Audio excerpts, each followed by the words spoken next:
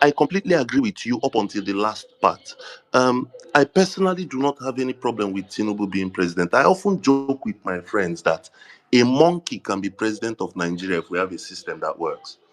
Belgium, twice in the last 2 decades, Belgium has been without a government for roughly 17 or 18 months each time, right? Once was in, I think, 2007, another time was like 2011. But twice in the last 20 years, Belgium has been without a government. I'm not talking about without a functional government, without any government at all, right? But they had systems in place that function, right? The only thing, if you go through most of my criticisms of this government, you would see that it falls into the area of you are building houses on sandy foundations. You have not built the systems required to put these reforms into play. You don't just come to people and say, oh, I'm going to remove fuel subsidy. But guess why he can do it? Again, like Deji pointed out, it's not his fault.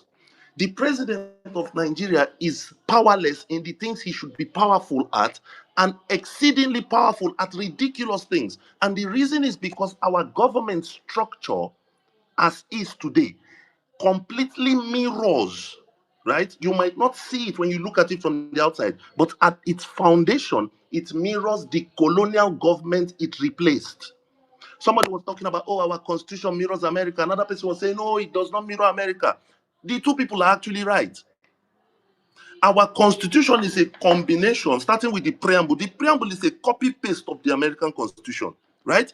Then it continues to fuse a combination of US, Madisonian democratic, federalism with bullshit British centrism, with, sprinklings of neocolonialism. So when we sit down together to discuss, and we are not politicians with vested interest in defending the dysfunction that befalls all of us, these are the things we should be talking about, not defending whatever any politician has done. Some of the politicians, look, some of them are idiots, but a lot of them are just victims of the system too. And this is not to defend anybody, because anybody who is not playing an active role in changing the system is responsible for the system, especially if you asked me to put you in charge of the system. Because what you said to me when you asked me to put you in charge was you telling me, oh, I understand the problems of this system. If this engine is not working, I know what nuts and bolts to take apart. I know what nuts and bolts to put back. I know if I need to change the radiator, maybe we need a bigger radiator. Maybe we need to cool this system down much better. Right? That's what you said to me when you insisted that you must be in charge of the destinies of 200 million people. And our governments do not act like they are in full cognizance of the magnitude of that duty.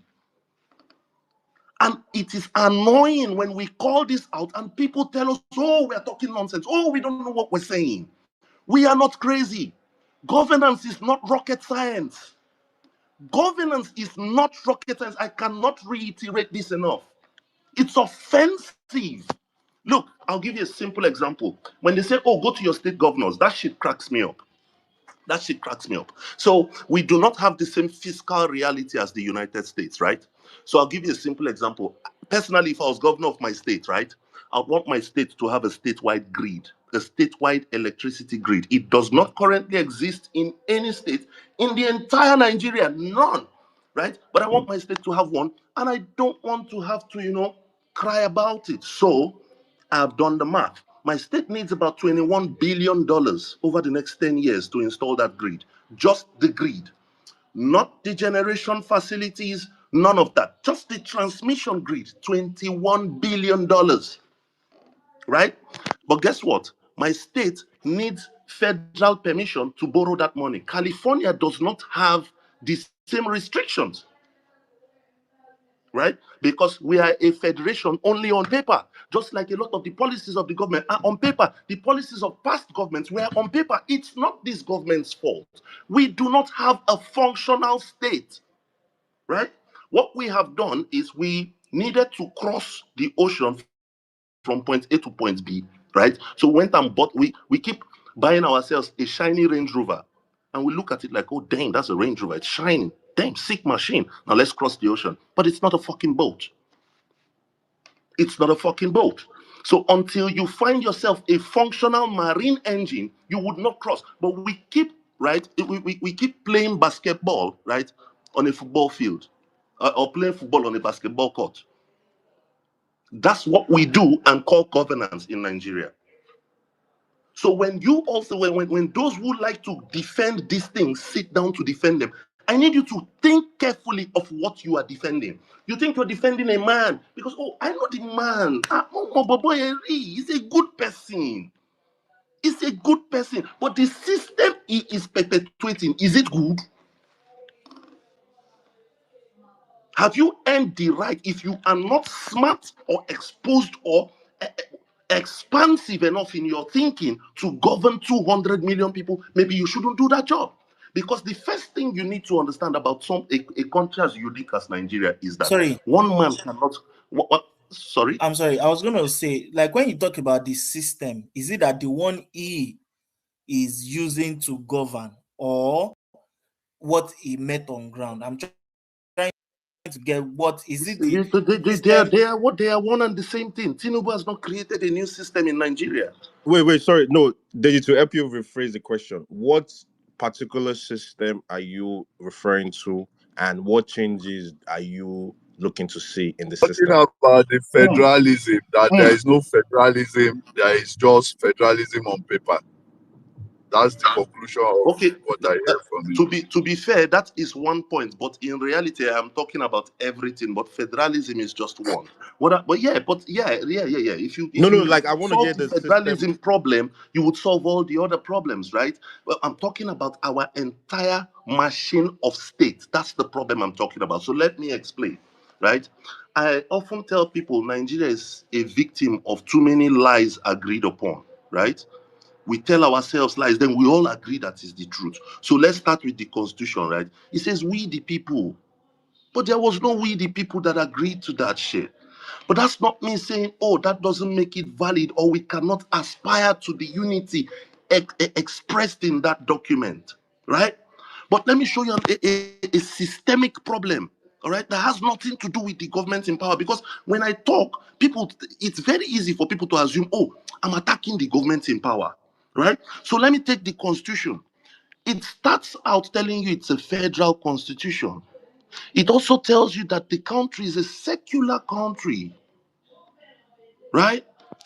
Now, I don't know if I should discuss this because it tends to get sensitive again, right? It says it's a secular country. And I asked a friend I was having an exchange with on this platform 2 days ago that if someone from a different religion does something in a part of the country that practices Sharia law, what rules apply to that person? And he wasn't able to answer me. That's no fault of his. Again, that's a failure of state. Right? In a functional country, we should not be having arguments as to whether or not we should have Sharia here or there. And my opinion on the matter should be irrelevant. What would happen is that a functional state would have adjudicated those interests between the people involved and decided, oh, you can do this here and you can do this here. And these are the limits to what you can do here, and these are the specific limits to what you can do here and how. But our state is purposefully designed to be ambiguous about everything. And that is the source of our dysfunction. Right? For example, a president wakes up and removes a governor. Till today, somebody will argue, hey, he did not remove, he suspended him. What is one? What is true? Right? It's not their fault. They feel strongly about these things. They say, oh, he did not. Or one person says, oh, he did. The failure is on the state. That state did not teach those two individuals how their state should function, what should be what. So neither of them even knows what is what. But they are so sure of what it is. That is the perfect recipe for conflict. When two people are so certain of shit that isn't even true.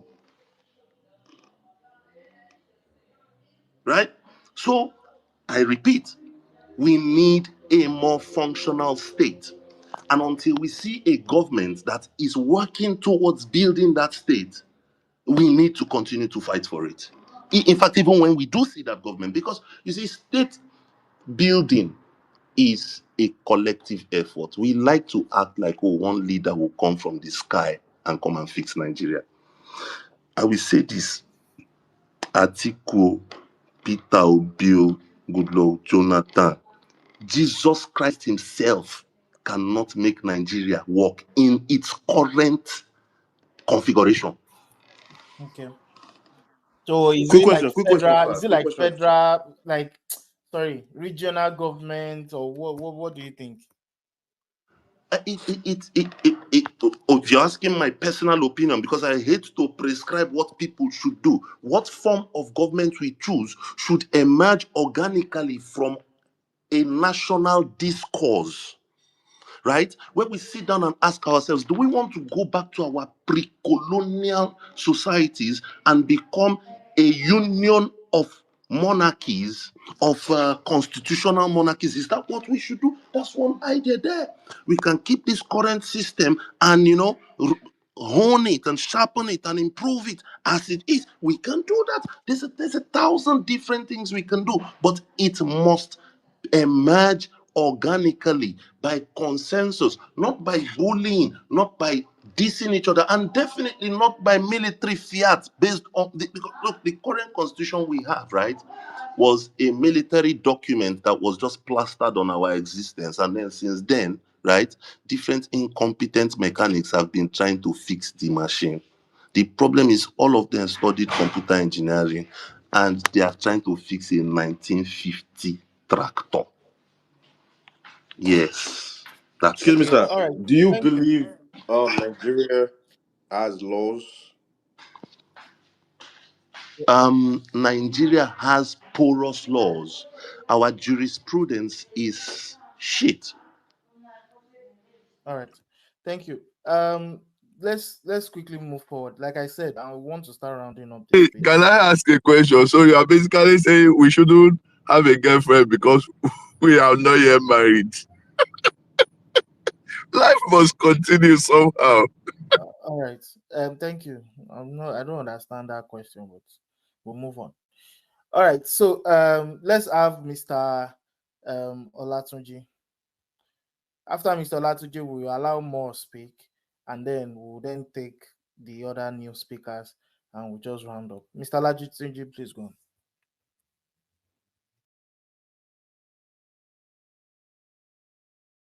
All right, more go on.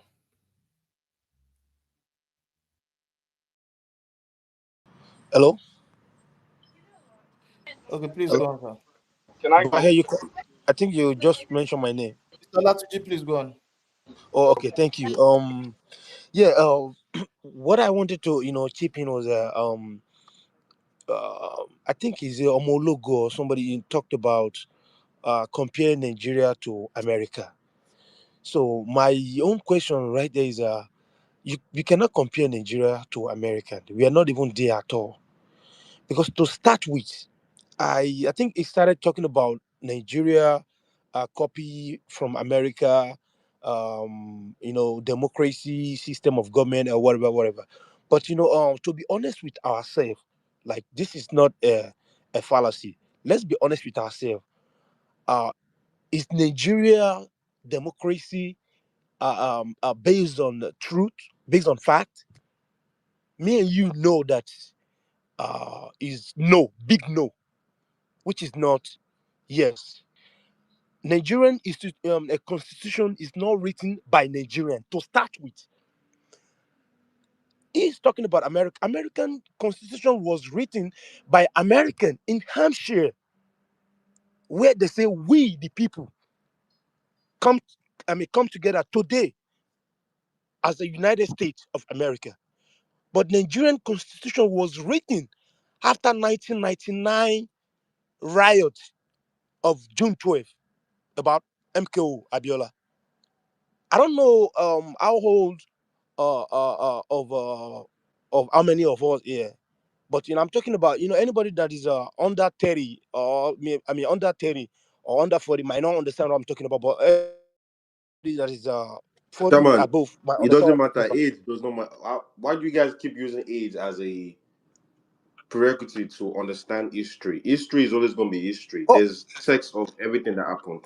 okay. The reason Please, why I let's use not age. interrupt. I beg. I don't really have time for Okay, back and forth. okay. The reason why I use it. Olatunji, please go on. Let me respond to that. The reason why I use age is I see what goes on social media. I see like, and I feel like most of the thing that happening and people talked about, they don't really understand the genesis of our problem, because the genesis of our problem are the people that we celebrate today, like that we celebrate today as a national man. And I think some people will know who I'm talking about here. Of it might be a politician, it might be a military, ex-military, or general, or whatever.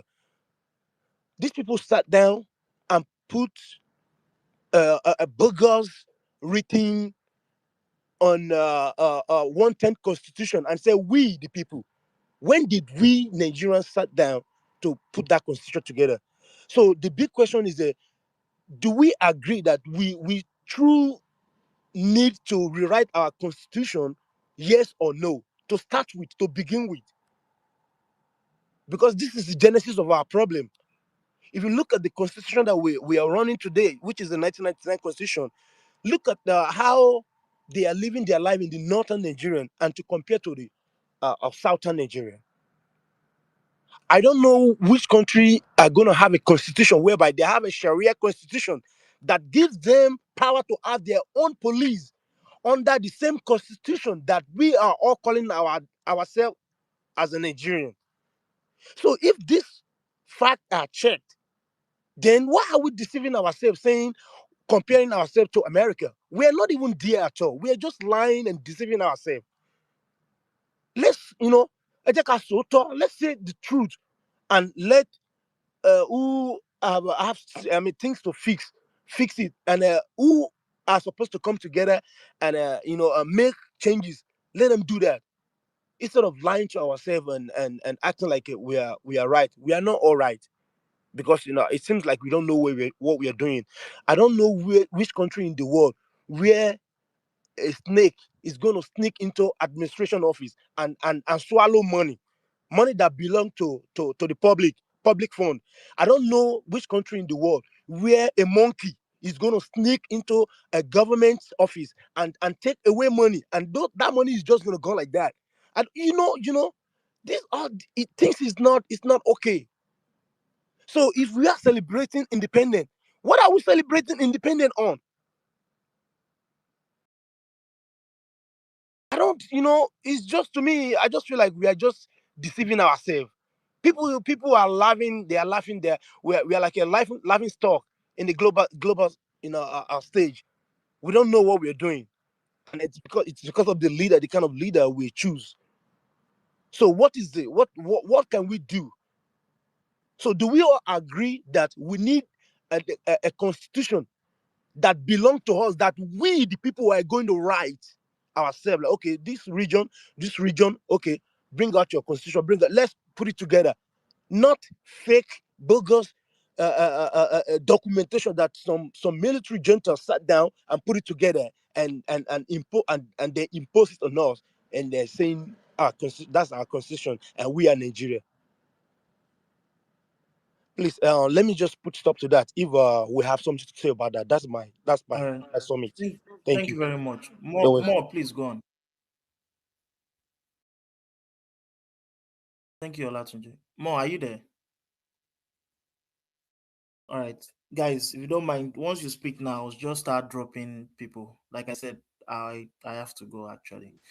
All Hello, right, so hello, hello, Mr. Deji. Sorry. yeah, Please yeah, give go me, on. just give me 10 Oh, minutes, you're please. not there. Okay, that's fine. All right, I think um Gege has joined us again. Gege, how you doing?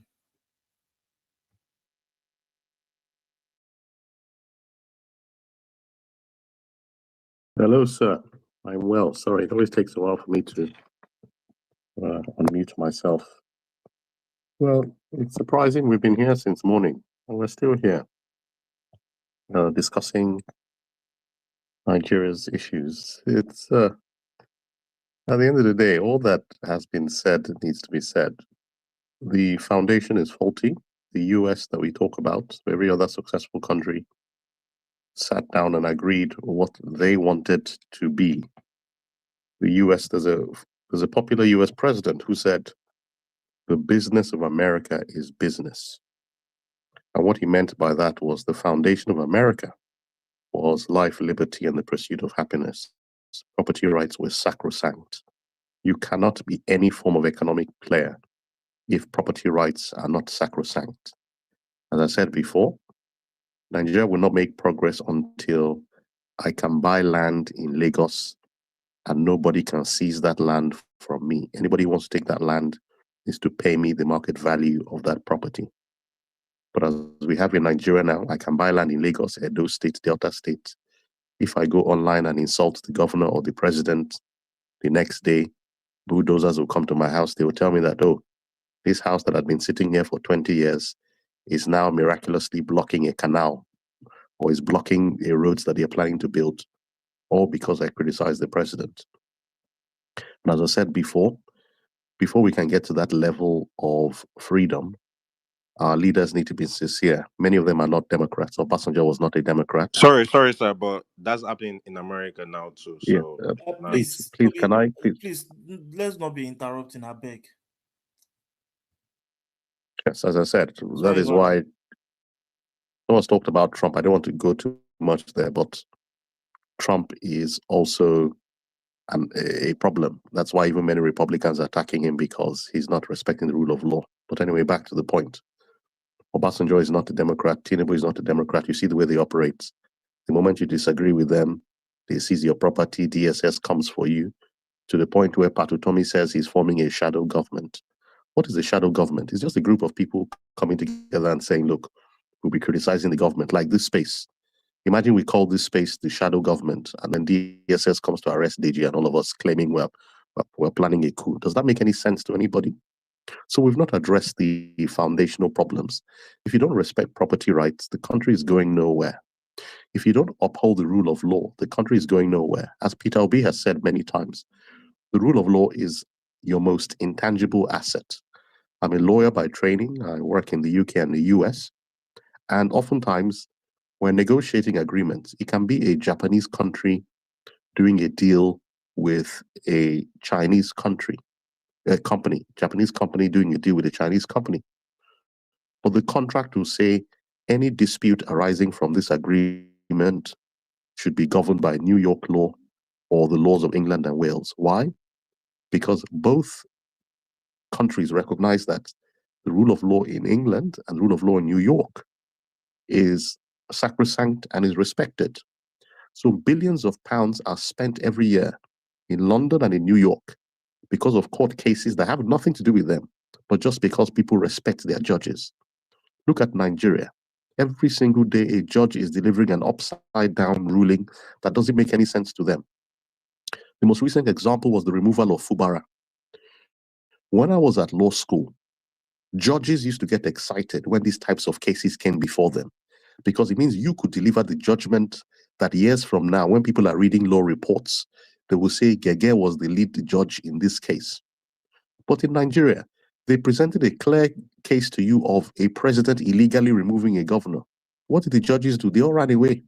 They refused to deliver a ruling. 6 months after, the case is languishing there. Why? Because they're all afraid of the president. After collecting money and doing all kinds of corruption, nobody wants to rule against the federal government. So the country cannot work like this. So there are only two options. And in science, when we used to do physics at school, they say nature abhors a vacuum.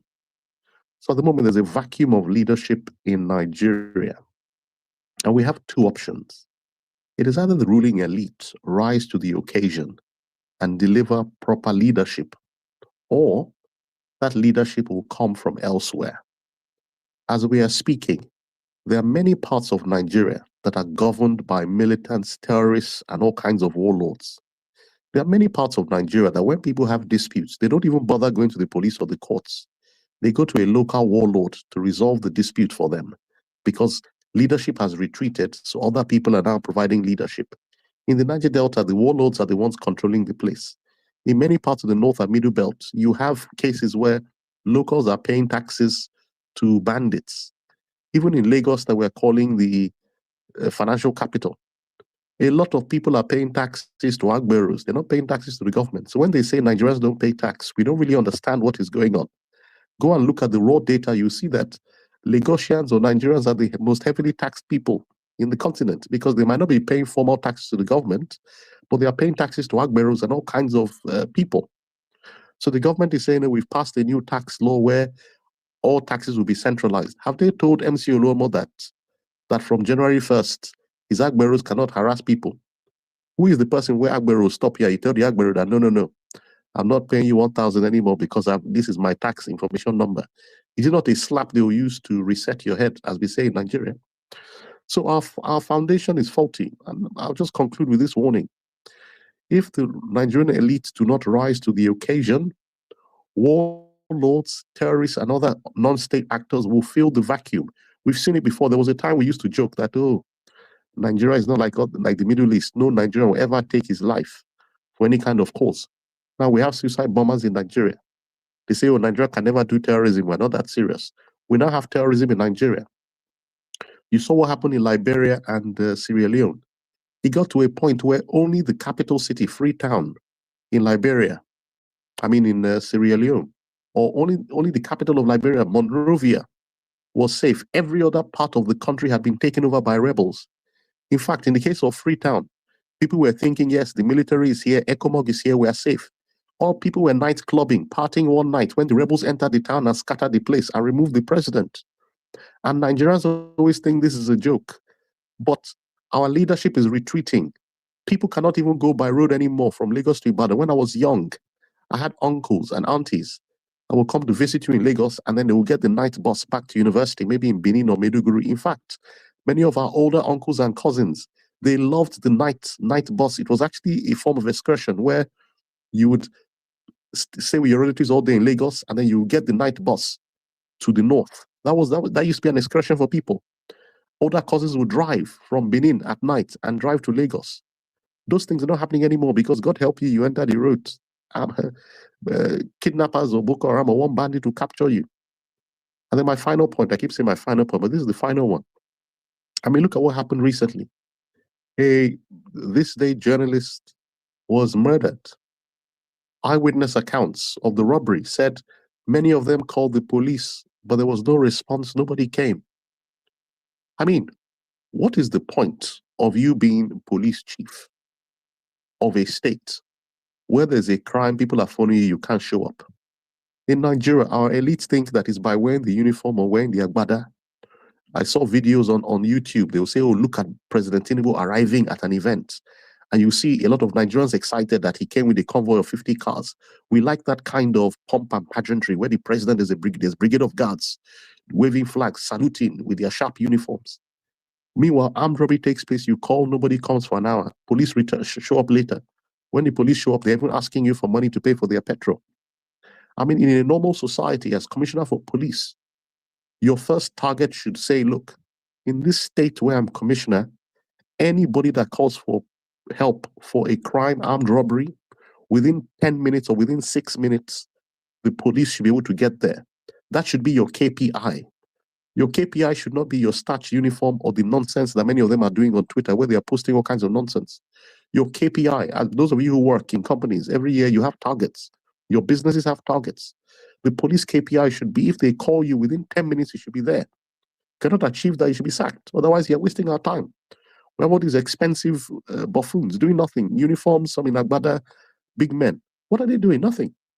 So to conclude, if Nigeria does not fix the foundations, somebody will come and fix it for us. So the choice is between our elite rising to the occasion or Boko Haram bandits or warlords taking over this country. I yield the mic.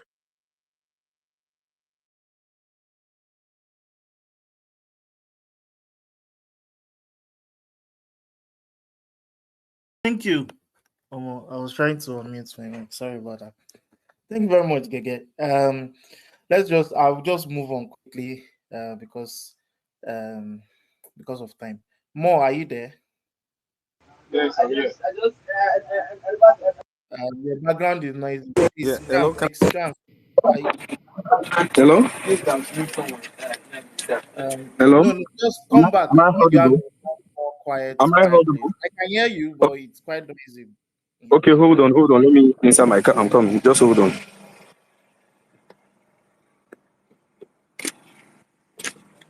Is it better now? Yeah, please go on. Okay, thank you. Yeah. I just quickly want to correct something I said earlier on. Sorry, I want to fact check what I said earlier. Earlier the space, I told somebody that there was a time. I think I got the name of the case. It is in 1983. 1983. The case is between when I said the Supreme Court, they rewrite their own declare verdict when they notice that the people want to protest. It's a case between MPN and UPN in Ondo State. Anybody can fact check me, can go and check that case in 1983. It's about Akin Omoborua and Chief Adekule Ajasi in Ondo State. When I said the Supreme Court, the final verdict lies with the people and not the Supreme Court. When the Supreme Court knows that the people will stand against their verdict, I think that one, you can fact check me. I think one man came out and said I was actually saying lie, blah, blah, blah, and all that. You understand? So anybody in the group can go and check that case. And I also posted a video on the Jumbo where Professor Odikalu discuss on that. I just have a small clip of the video. You can go and check the full video on YouTube. It's there. You can fact check what I just said. So let me just quickly lay my contribution regarding the discourse. Like I said, the Constitution, I said earlier on before, the Constitution is not really, the 1999 Constitution has its own flaw, no doubt about it. But the real thing here is that if your institution is not strengthening to be supreme in a nutshell, no matter how you amended the Constitution, discretionary authority will always take the order of the day. I used to mention this word, discretionary authority. People have problem. I don't understand. You see, like I said, discretionary authority, these are authorities in every sectors. Even in your own private business, there are discretionary authority. But if this discretionary authority is above the laying down principle of rule of law, if there's anything that should be supreme in a country, it should be the rule of law, the Constitution. And it's written in our Constitution, crystal clear. Like I said, in section 1, subsection 3, that said, if anything that is contrary to the Constitution at that level of differences, it is null and voided. Who is supposed to correct this thing? That is where the judiciary come in. But today our judiciary has been compromised. Why? Because they were appointees of the executive you understand? So what I'm trying to say is that we need to get it right. How do we get it right? It's when the people stand tall and stand in uniform, in togetherness. So this time around, we must get it right. The only reason why I used to sell this narrative, that if there is one person, because right now we must.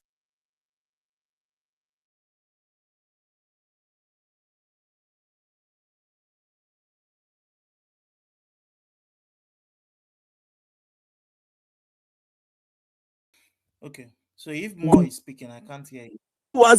Because when you make a reform, the reform will pass through you, will check you first. They said equity must come with a clean hand. If you have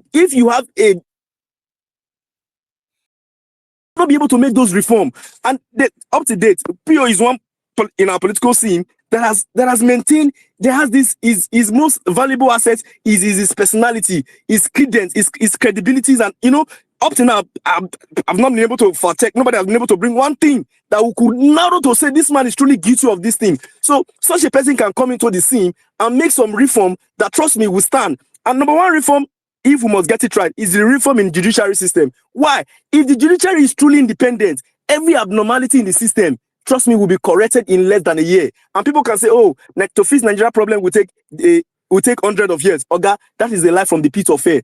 I'll give you an analogy. Are you aware the so-called politicians that are the so-called political elites that are dismantling our constitution and our system with discretionary authorities and everything?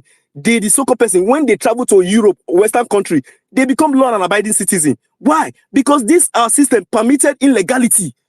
The system permitted it. The system gave room for it. Illegality thrive when there is no proper check and balance. When even the body saddled with the responsibility to check the system, stay mute. Each time you see a matter of absurdity, a matter, and the judiciary is not sweeping to action to interpret what the constitution said on that matter. That is the selective justice we are talking about. How come illegality will be strived for months and nobody will talk anything about it? Your judiciary will stay mute. That way, they are indirectly normalizing the wrong in the system. What I'm going to say, I'm going to give another analogy. Are you ever imagined that let your constitution operate like the Bible is to the Christian community? Let your constitution operate like the Quran to the Muslim community. No matter how powerful, how highly a pastor is, or highly a imam is, no matter how anointed he is. Meaning, I'm trying to give an example. This imam can raise the dead.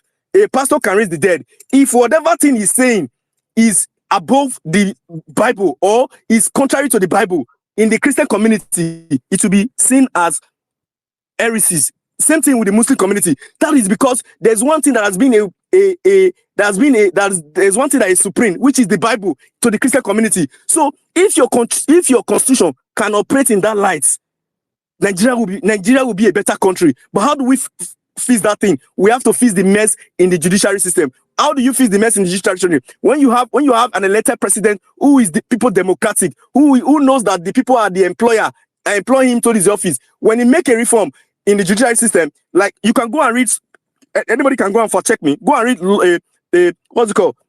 Uwais Lawan report of 2009.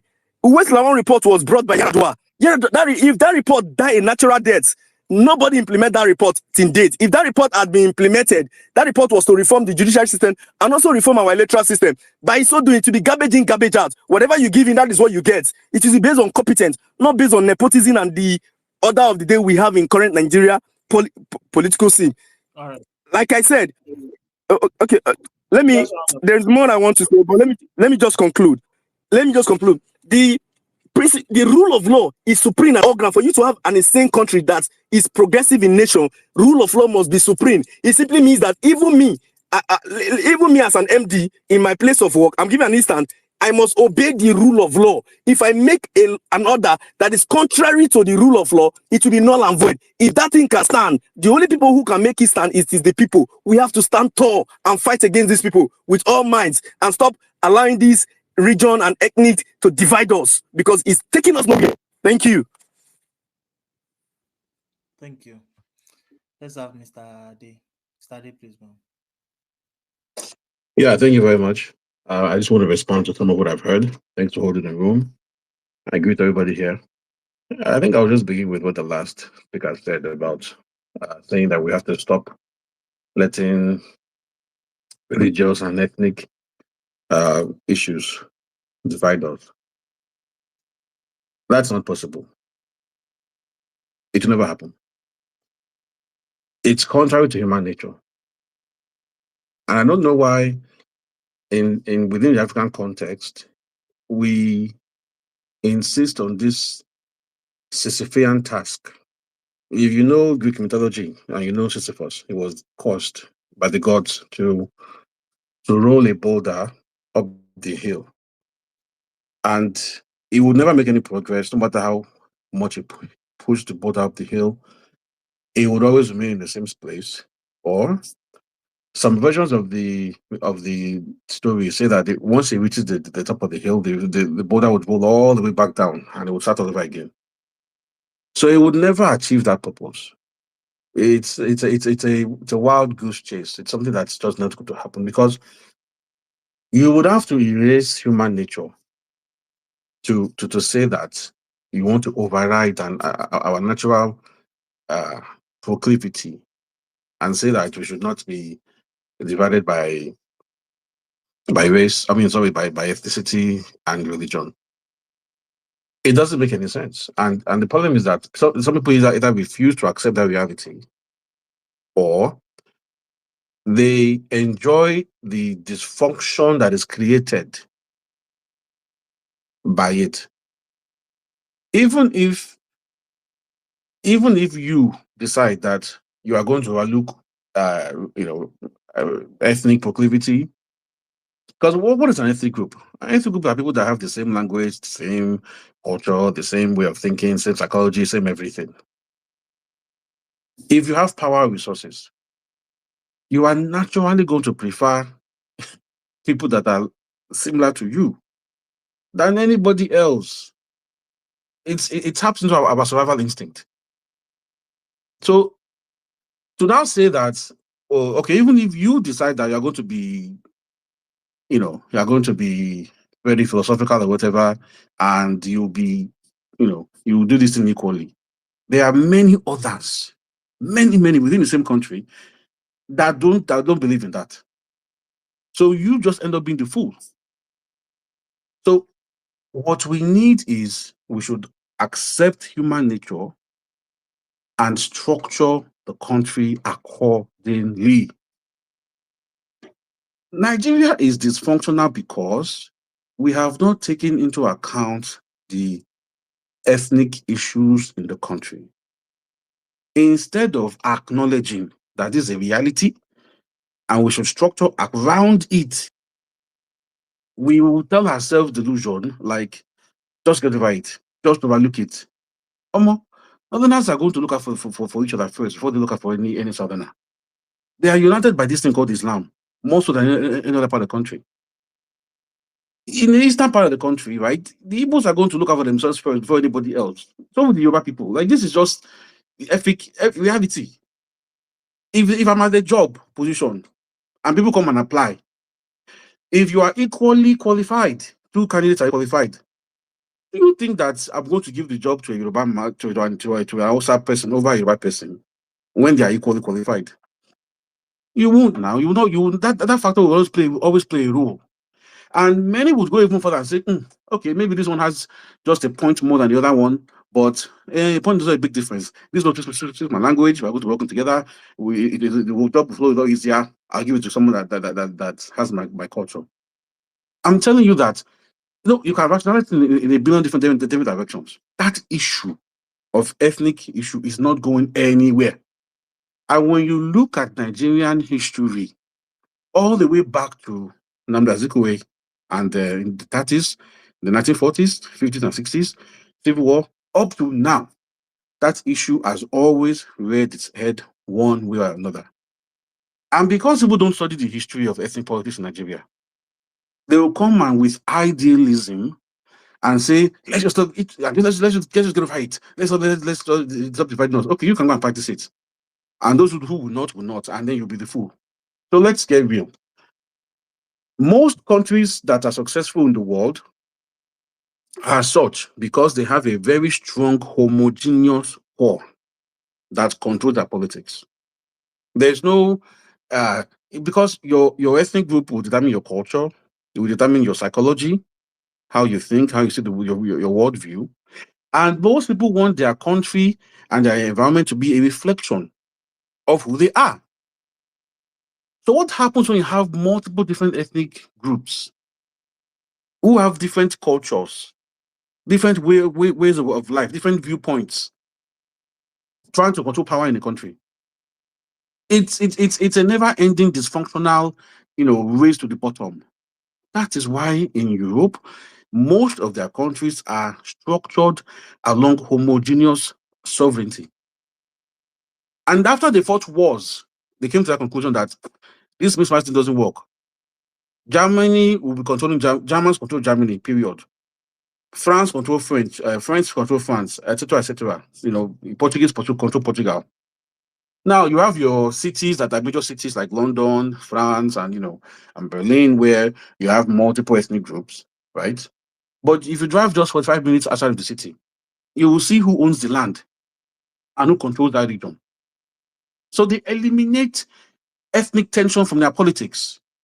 And because they are all sharing the same culture, one culture that's dominant in the country, they think alike. They don't have the boast of pulling in different directions, and they don't have the nepotism, the ethnic nepotism that hinders, progress. When you have multiple ethnic groups fighting for power and resources, they eliminate that issue completely. So in a country like the United Kingdom, look at their structure. The Scottish are controlling Scotland. The English are controlling England. And in Wales, the Welsh are controlling Welsh. That Wales. And in Ireland, the Northern Ireland, the Irish are controlling it. Go to India, very similar structure. They understand that they are a multi-ethnic country. You cannot come from where you are, come to over here. You don't belong here. And how can we trust you? How do we know you? How do you have our best interest at heart? There have been cases where people were in office in representing, and they were speaking for the interest of another place because their ethnic group is from another place, but they are in power over here. So their loyalty is divided. They will not be fighting for the people of that place because they are tied to another place. So this issue is a problem. We need to have a ethno-linguistic regional structure in Nigeria. It will reduce corruption because your people are the ones governing you. If you want to go and if NAFDAC wants to go and deal with people that are doing fake drugs, they will not say it's just because we are Igbo, right? If you build properties and they are trying to demolish those properties, the other guy was talking about how property rights have to be secure. Or more, if you build illegally on drainages, they will destroy it. If you like say it's because you are Igbo, nobody cares. And if you want to criticize the government, make sure you don't have issues that the government can use against you. It's done all over the world. Look at the case of Senator Menendez out of New Jersey in the United States under the Obama administration. Obama had certain policies that they were moving towards with Cuba. And because Menendez's origin is from Cuba, the Cubans in America hold a very hostile position against the Cuban government. So they don't want America to ease up on the embargoes and things like that. So the American government was working to ease up on the embargoes, with Obama at that time, and Menendez came out and opposed it, among other things. A few months later, the district attorney out of New Jersey charged him with cases of corruption, etc. He almost lost that case, if not that the local jury in New Jersey chose not to find him guilty. If you are going to attack the government, you better make sure that you don't have illegalities skeleton in your cupboard. Because if they know that you have been patronizing prostitutes in Dominican Republic if you know that you have been doing healthcare fraud or whatever, they will charge you, and there's nothing you can do about it because you broke the law. So don't come and tell us that if I criticize the government, they will come and destroy my property. If your property is on a canal, they will destroy it. You too, don't build on the canal. That way you can freely antagonize the government without your illegal businesses or your illegal stuff being damaged. If you are governing yourself, right, you can regulate your locality in your best interest without somebody from Abuja being the local police. Now you have to go to your party system to call in favors and say, you need me for election in my region in the next 2 years. So that case that you have in Eko, help me to, dispose of it through EFCC. And because they knew each other for federal election, guess what? They will do each other that favor. They'll kill that case, right? They'll kill that case. And guess what? Injustice continues. Corruption continues. Why? Because the structure of the country requires this mixed match. But imagine if you made it autonomous, where you don't need each other to govern across the country. In your own region, you are controlling everything. And we meet in the center on things like national defense, foreign diplomacy, international trade. Okay, those things that bind us in common. We can be united about. But when it comes to local governance, it is organized the way they have England organized, the way the UK is organized, the way Belgium is organized, the way India is organized. It removes the ethnic factor from being a problem with nepotism and corruption completely. Then we can move forward.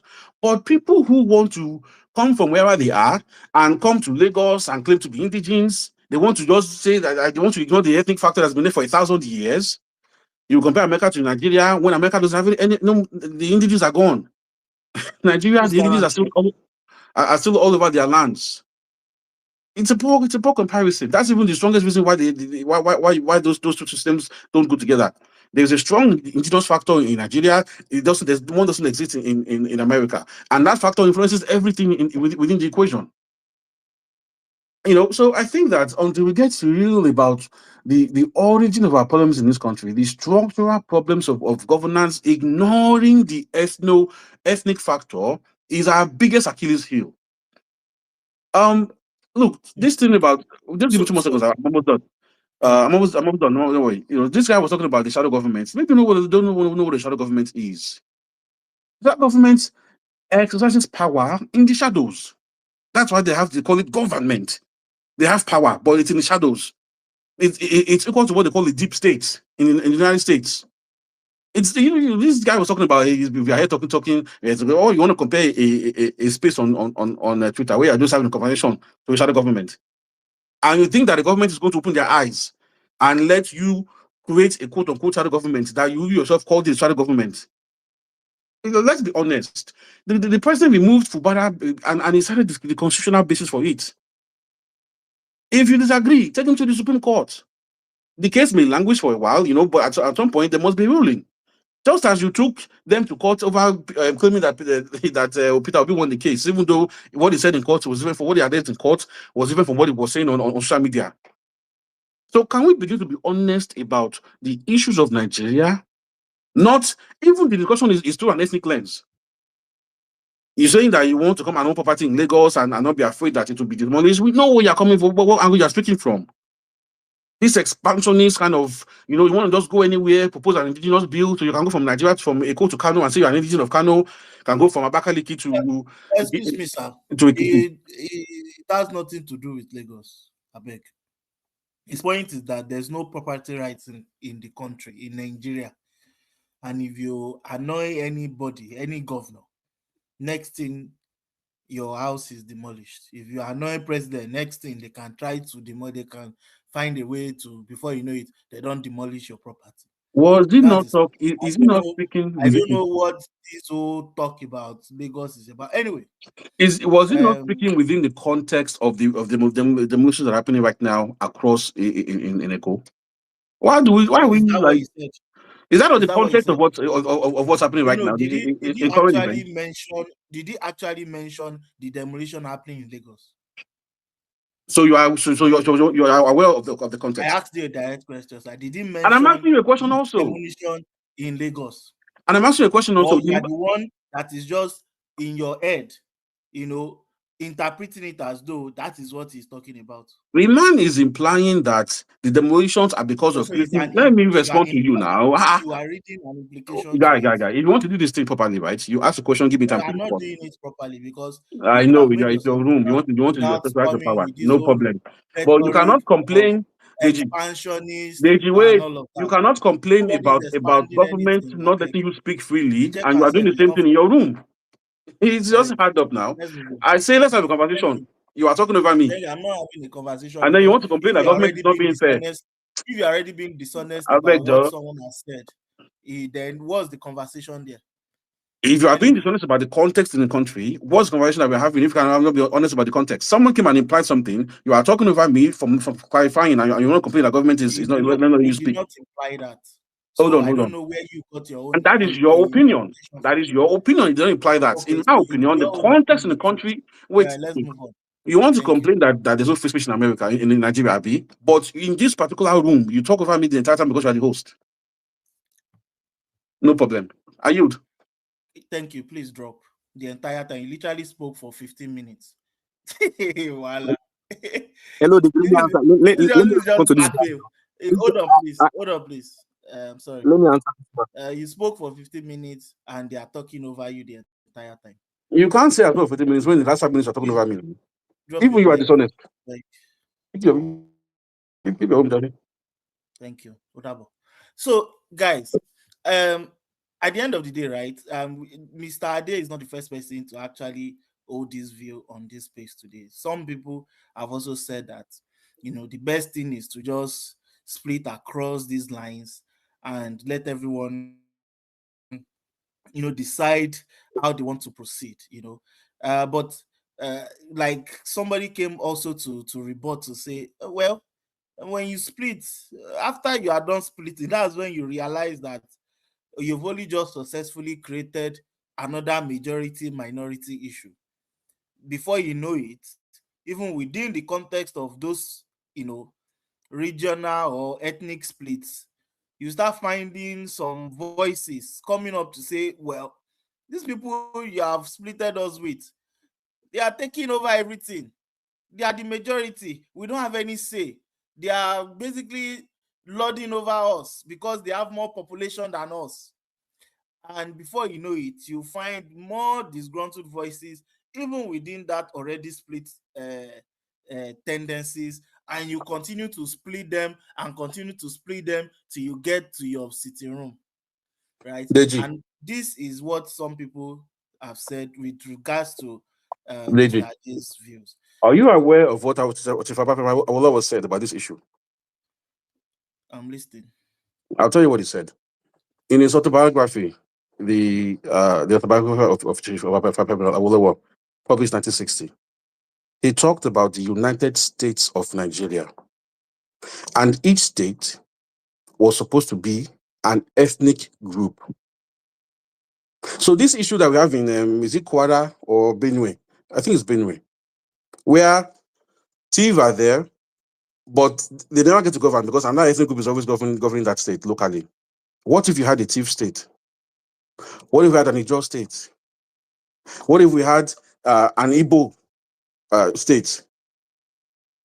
So, like, these ideas have been thought about by brilliant people and they have given us solutions. The problem is that some people are benefiting from the dysfunction.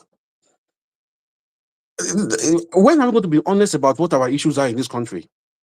So I just Googled, and on Google it says Nigeria has over 250 ethnic groups. Are we going to have 250 states? What's wrong with that? So that's your point. Like, as however, like, doesn't matter the number of states we have, however much we balkanize ourselves, as far as that brings lasting, like, that brings development. That's What matters is to eliminate the dysfunctionality and the cause of it. The cause of it is the ethnic tension over power and resources. If you remove that ethnic tension, even if you have 300 states, if you remove that ethnic tension and power is localized, you can move. Listen, even if your ethnic group is too but small, but but this is based on the assumption, maybe not an assumption, but this idea that you think that only ethnicity divides us. What about religion?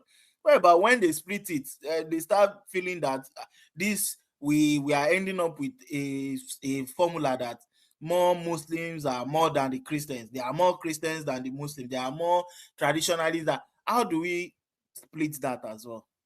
I think it's unfortunate that whenever we have a solution that actually we have seen it work in other parts of the world, and we have no reason to think that it won't work here, then somebody will come with we have some people have a problem for every solution. Look at India. India has hundreds of gods that they all worship, but they practice an ethno-linguistic regional structure. And therefore you don't see this ethnic tension that we have in Nigeria. And the commonality is, for example, look at Yoruba land, right? Yoruba land is a place where we have Christians, Muslims, and traditional worshippers. Are you telling me that if we had a Yoruba region, for example, and if we organize it where each subgroup of the Yoruba region are governing themselves, so let's say Kitina will be governing themselves, Egba will be governing themselves, Ijebu will be governing themselves, Awori will be governing themselves, etc., etc. If we organize it like that, so that it is so organized to the T, to the very last, to the very last structure. You're telling me that Yoruba land will now begin to have religious problems, which is not characteristic of us as a people. Of course not. Now, so you people always find imaginary, hypothetical problems for every solution that we have seen it work across the world. So, are we even serious about the country Okay. going forward, or we just want to have a All right. argument So for no that reason? is the thing. You assume that your own solution will be the lasting solution. I'm sorry, sir, because if your own more, please mute your mic. Thank you. So if we are having this conversation, right, you are saying this is what we need to do, and I'm bringing another scenario, a possible scenario actually, and you are saying, oh, your solution is it, and oh, I'm basically just trying to find another problem within the solution. Well, if you are trying to get a solution, you look at all the aspects, all the risks. What are the likely scenarios that can come out of this, right? And if the question we are trying to answer is If you're not talking, please mute your mic. more sorry. So if the question we are trying to answer is our division, like what is actually causing division in this country, and according to you, you believe strongly that the ethnic question is the major reason. In fact, you said as long as we don't answer that particular question, we don't recognize that we are divided along these ethnic lines, we are more or less racing to the bottom, right? Which, as I just hear you, it's just almost like it doesn't matter what any president decides to do. It doesn't matter no matter how altruistic his intentions are about the country, it will just not work because of our ethnic division. And I'm saying that's not the only thing that divides us, sir. That's really not the only thing. There are people, even within the same ethnic group, that are very, very much against themselves simply because of their faith. It's not because they don't speak the same Give us language. an example of where that is a major problem on a strata level. On a what? On a strata level, on a macro level. So let's look at the Yoruba, for example. Yoruba are a perfect example of, as I said earlier. We have multiple ethnic groups in Yoruba land. Are there some minor ethnic religious issues here and there? Yes. But they don't rise to a macro level crisis within the Yoruba ethnic group. They can be controlled, they can be curbed. So what I'm saying to you is that the common let me So land I'm the point sure so you you guys understand. remember The commonality of being Yoruba supersedes the fact that we have different religions amongst ourselves. It is like being fingers of the same hand. You need to give me an example of an ethnic group where religious divide is a problem for them as the people. Then you have a point. All right. So in the north, places like Kaduna, places even in the north central, you have areas where even though they are of the same ethnic group, their religion is what supersedes their identity. That is what they hold as supreme. And in fact, we've seen cases where some of these people even resort to violence. So again, sir, it has nothing to, I'm not saying you are wrong. Yeah, this is where I'm not saying you are wrong in the general principle of what we are talking about. I'm just saying, minimizing the the significance of religion as also something that actually majorly divides us. I think that is where the mistake is, as far as Well, I'm concerned. even in the And I case of believe that even if this country were to divide into 250 pieces of leadership structure, you have leadership across these 250 states or regions or whatever you split them into, this particular ethnicity thing will come up. Majority minority issue will come up again, because you cannot divide people across this thing equally. It is still possible that even within that strata, that little strata of society, some people will still raise their head up and say we are being marginalized. Am I wrong, Mr. Ade? Or those voices don't matter? you are wrong. You are just trying to use like repetition and I think even delusion anyway. That's But fine. More, but please. but wait for a response now. Wait for a response I now. asked What you a question. You said I'm I wrong. said Am you I are wrong? wrong, and I'm going to expand, but you want to shut me up. This is what you saw the lane. This is how we have conversation. The Okay, example you thank you. gave of More, the please northern go on. part of the now, wow. Thank you. More, go on. By the way, your example of the north is just way off, but you won't let anybody talk. So continue. Yeah. Hold on, please. Mr. Ade, let me ask you something. Like you said earlier on, when we said if you like, Deji said, if you split the country into 10 or 20, into hundreds, there will be see some person will still be marginalized. Who are the governors? Is he a and is he a man from Enugu that is governing people from Ondo State? There's government people from the northern region. Is it not their own person? So how come we see mismanagement and everything in governments? I don't know if I'm actually answering any question. Let me tell you something. Like, you said I'd never said anything like we're going to watch treat like ethnicity and those other sentimental opinion will not still stand on the long run. What I'm saying is that when merit is on place, those things water down. They have less value. People start looking above personal interest. Let me give an instant. If Super Ego is actually playing a match and they are doing well, who cares where Osimhen is from? Who cares whether Osimhen is from the south or is from the east? Everybody across the region is celebrating him because he's a Nigerian. He's doing the right thing. That is what that matters. It is not you can have somebody from your region and you will still be marginalized in the same states. I don't know if that answered that question. Let me ask you something. I only said this thing will be watered down. Whoever believe in Nigeria, inducement will be. You might not agree, but you can fast check me. When it comes, I can tell you that the intensity of inducement when it comes to general election, which is vote buying, that level, that narrative has been watered down. Does not have that stronghold as it used to have in the hold. Whereby I remember in 2013, where Adam Oshomole said he said something. I think he said the people are like N. When you have the corn, throw the corn to them. They will come and they will hit, and you will have them at your side. The truth is that was inducement in display. But trust me, in 2023 election, nobody can give me a video where the Labour Party was giving money for the people to, if INEC even declared that Peter Obi has 6% votes. How come? Yeah, nobody was giving money and people could went ahead and vote somebody. Do you understand? Without even collecting a chichi. You can agree to me that inducement has dropped down. So what I'm saying in essence is that when merit is actually loud, people stop looking at where are you coming from, whether you are from the north or you're from the east. People look at what are you doing it right? What you are doing, is it right or wrong?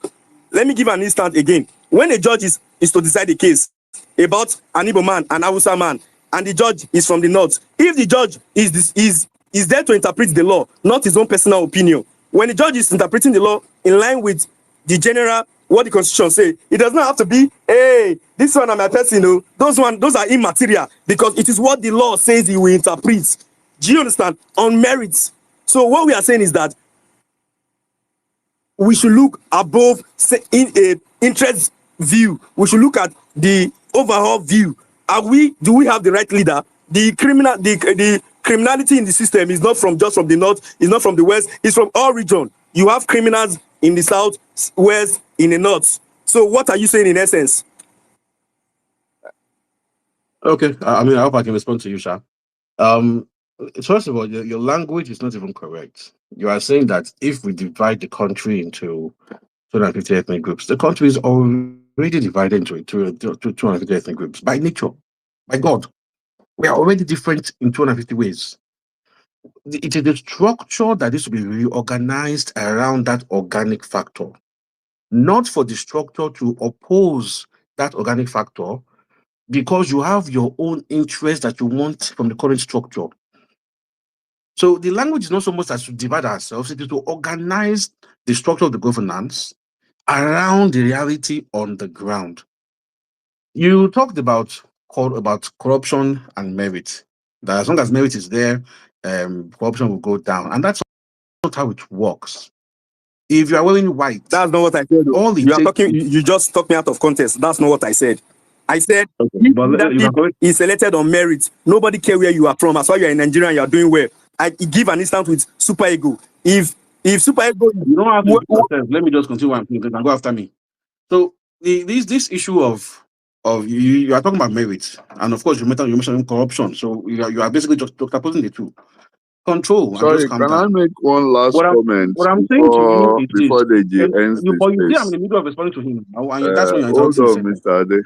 I'm not going to hold on. You see, I'm in the middle of a statement, so you can wait. You have been talking since now. Calm down. Can I finish my response to him? What's your problem? You can be gentle or you can be have the forum now. Oh my God. Okay, so as you I have was saying, been talking here for 30 minutes. The man just made a point to me. Can I respond to him before you go? Why is that a problem for you?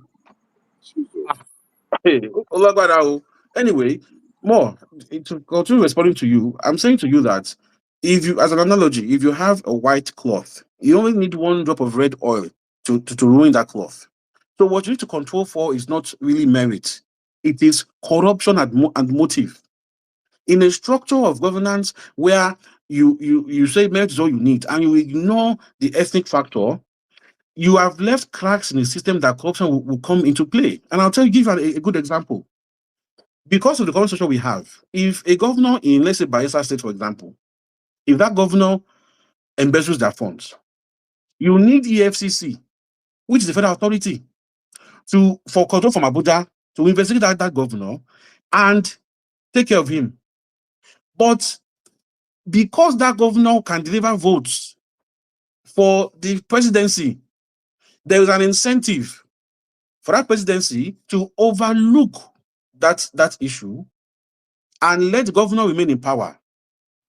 Why would you structure a country that functions in that way? Hello, Mr. Day. Let me tell you why your view. Mr. Day, hold on. Let me finish my Let me respond statement. to that. Let me respond to Why that. would you structure a country in that Let me way tell you why that that has your view temptations is that can false. easily fall? Let me tell you why. You guys don't want to have a conversation here. You want to talk about Hello, it? Mr. Day. Let me You respond can to wait that. now. What No, you are don't saying say is out of hello. I context. waited for you. Let me respond to You that. can wait. Hold on. You can respond later. You can Hold respond on. after I'm done. Because I waited for you. You can't be. I'm not holding on for you. You You can't can be wait. playing Hold on. Let me autocratic finish. here. You You should cannot do hold so. on. You can have the same You EFCC should in your hold state, on. and the You same should governor wait of for me to Bayelsa State finish. will connive the Why are EFCC you in the talking state, and over the me EFCC will more? be Why are you handicapped. They will being fail to do uncouth? their Why are you scattering the civil discussion by responsibilities. talking over people? Why can't you control yourself and let's do one at a But your time? response is never ending. Yes, You are You are so trying eager. to be a tyrant.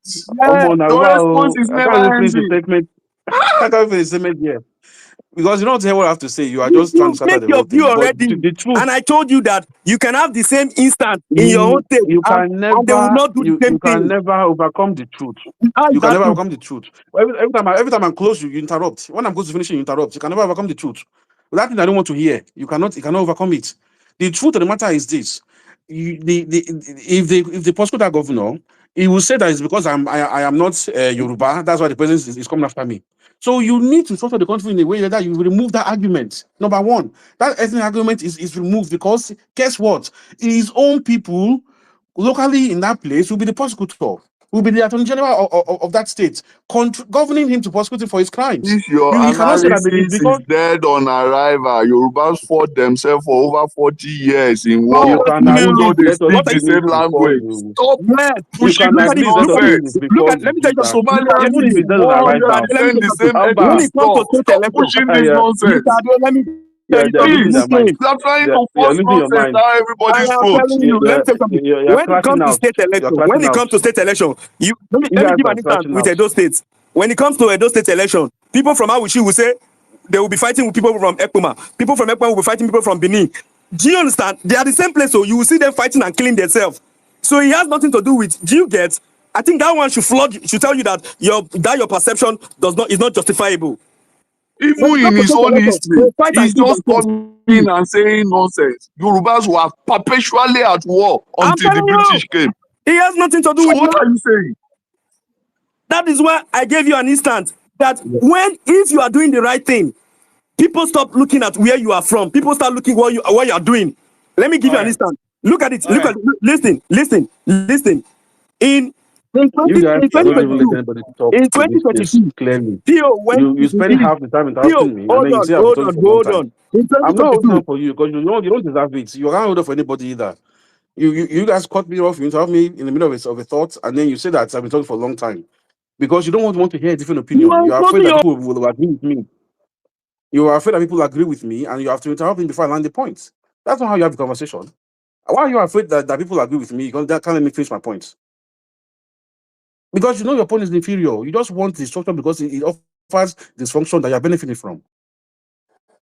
So if you structure the country accordingly so that you localize prosecution of crimes, nobody can argue that it's because I'm Yoruba or because I'm Igbo and the governor and the president is Hausa or whatever. You remove that argument dies immediately.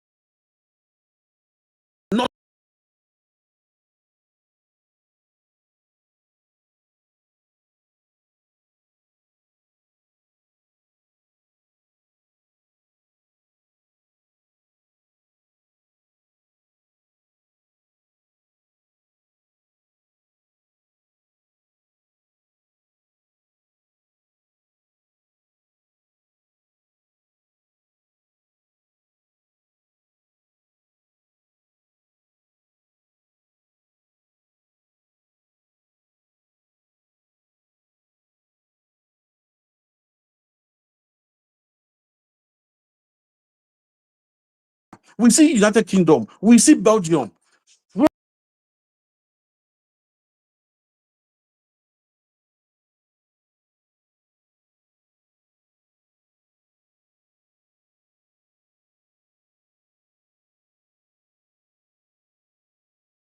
Of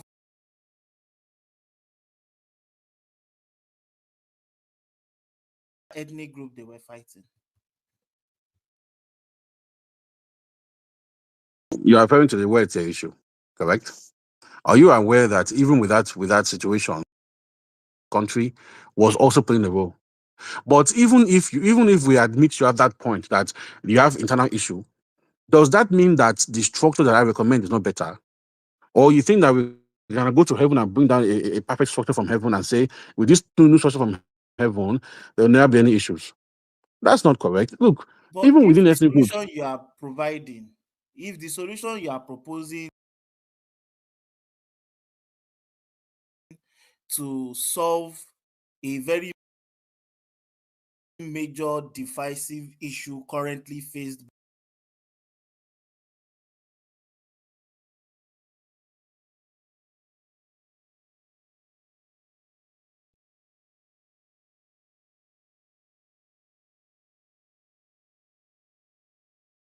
you are currently trying to solve with your proposal, then does it not mean that it's flawed?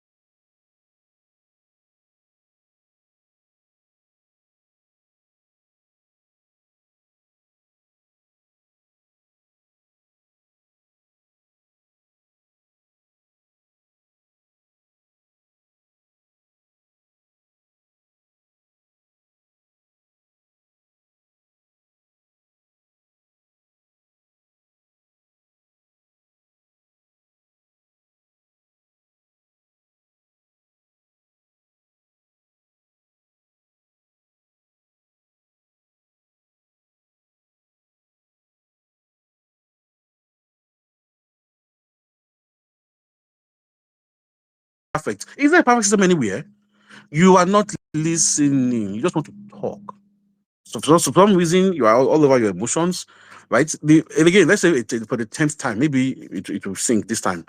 If we structure this country along ethno-linguistic regional governments, like we see in India, in UK, in Belgium, even Switzerland, right? People cannot say that when you prosecute them is because of their ethnic group. Why? Because power has been taken away from the center. The center is no longer attractive. Localize the governance all the way down to your ethnic groups. And then even when people commit crimes, they cannot go and negotiate behind the scenes because the president will need them for votes in the next election. You remove a lot of problems that are causing corruption and stagnancy by just simply restructuring the country like we see it work across the world. Will it be perfect? No. But it will be far, far better. And we've seen it working in other parts of the world. In fact, it was working well in Nigeria. In the previous system, we had the best economy by comparison than today. But there was a coup that began the destruction of the regional structure. And that coup was successful because that was part of the aim of the coup.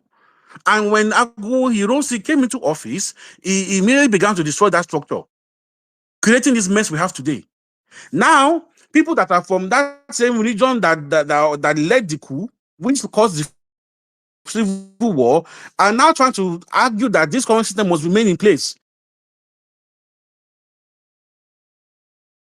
Because they're the ones that came and destroyed the one that was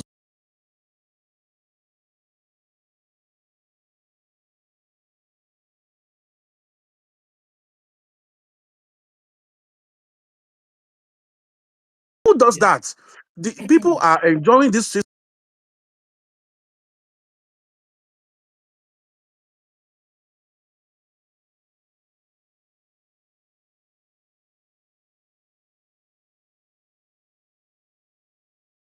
Ever made was to abandon that regional system, even though if going by what you are saying, it's very possible that that regional thing itself, you would even recommend that they slice it even more